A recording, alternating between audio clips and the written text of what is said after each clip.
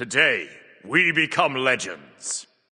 Being one of the original 17 gods released with Smite's closed alpha back in 2012, Kali has one of the longest and most storied histories in Smite, with a huge volatility and balance, as well as the rework early in her life. That's right, Kali hasn't always been the basic attack focused shredder she is now. In fact, her original kit was highly ability based, so without further ado, let's jump in with Kali's release history. So we begin on May 31st, 2012, Kali's release date and the release date of Smite to the public in general. Her original kit was fairly basic, but with drastically different effects to her modern design.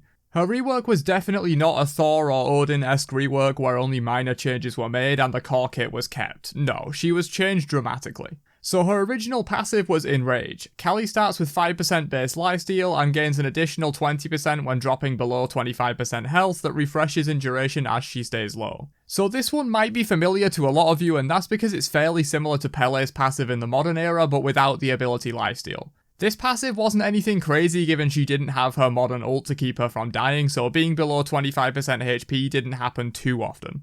Next up we have Kali Rage, her original first ability. This was a steroid that gave physical power and movement speed for 6 seconds while making her basic attacks as well as her 2 and ultimate apply a bleed on hit. So you would generally use this for the speed and power to engage a fight because Kali had no traditional movement ability at the time, and then when you drop your other abilities on the target you get extra bleed damage from this, as well as with follow-up basic attacks.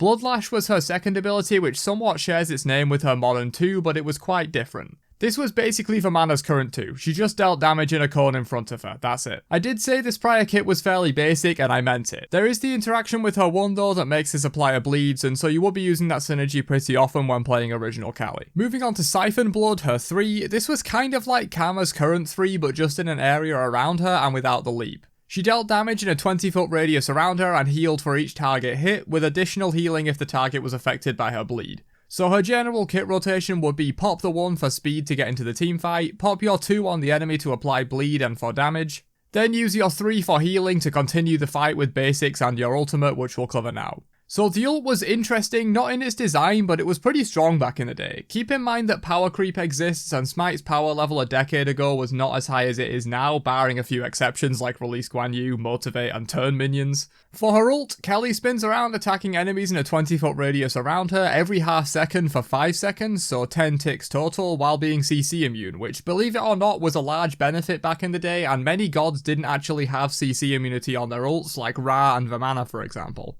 This is quite a difference to the modern day where almost every ult that could possibly need CC immunity has it, and any modern Smite release will have CC immunity on the ultimate if necessary. The damage on Kali's original ult was 120 plus 20% scaling per hit, which with 10 ticks amounts to 1200 plus 200% physical power, which is a solid amount even in modern Smite, but back in the day this was pretty insane damage. Especially when you consider that her 1 lasts for 6 seconds and gives you 35% movement speed, so she can stick to her target really effectively given the lack of good movement in old Smite. Not to mention the extra bleed damage from her 1 that would add up to 13 ticks total, 10 for each hit of the ult and then the remaining 3 ticks given the bleed lasts 2 seconds total. That's an extra 195 damage added on, and this ult did a hell of a lot of damage back in the day. But that's Kali's original launch kit. As I said, it's fairly basic but does have some internal synergy with the 1 applying bleed on certain abilities and increasing the heal on the 3. The first changes made to Kali after launch came in June 2012 when her 3 and ult were both changed to deal physical damage. They did magical damage at release for whatever reason. Smite had a lot more fluidity back in the day between power types and any god could build any item, so this kind of makes a little bit more sense. Each ability also got a small scaling nerf in this patch as well.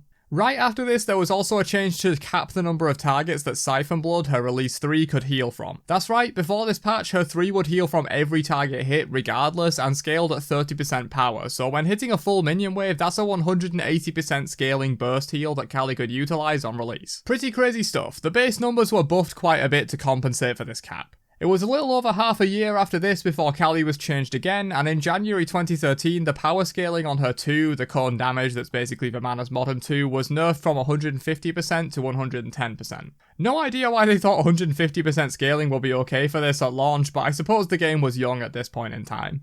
In general, Kali's scalings were just way too high on launch, both on the 2, the heal on the 3, and on the ult. This patch also introduced a cleanse of all CC when casting her ultimate. She was always immune to CC, but she would now cleanse on cast as well. The next month, in February 2013, the scaling on Siphon Blood, the AoE heal, was completely removed. However, in the very next patch, a week later, this was added back at the original value of 30% scaling, but in conjunction with a nerf to the base healing. It seems this ability was a bit of a problem for Callie's balance in her original design given the ridiculous amount it healed for. April 2013 brought a huge buff patch for Callie, adding in a lot of mechanics that I discussed in her original kit design earlier. It turns out these were not present at release and they were added in this patch. That being the bleed from her 1 and the additional 20% heal for bleeded targets on her 3, along with some general buffs like reduced delay on the heal and a buff to both base damage and scaling on her ultimate, making it now do 1400 plus 200% scaling.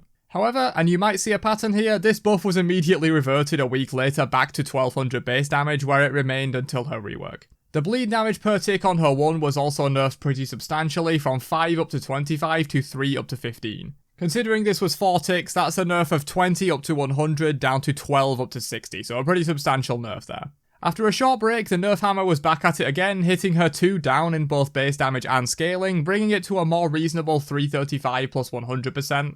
At launch, this was 365 plus 150% of physical power, which is a lot. And the final changes made to Callie before her rework in late 2013 were some cooldown buffs to both her 1 and her ultimate. But as we all know, Callie did not retain this ability-based kit for too long, and in December 2013 she was reworked into her current design with a much more basic attack-focused playstyle and the Marked for Death passive we have all come to know. And in contrast to her original launch, this rework launched quite weak, and she has received a plethora of buffs in the coming years. 2014 brought her buffs to Incense's power duration, Lash's post-hit delay so she could AA cancel better with it, and the mechanic where Callie heals up to 15% max health if she was under that when her ult ends. Her 2 and ult also received minor base damage increases too. 2015 went by with no notable changes aside from bug fixes for Callie, but 2016 brought quite a few changes to her passive. The heal on assist mechanic was added in February 2016 along with a small increase to the bonus gold for target kills, and later in the year she received the target selection menu that she now enjoys.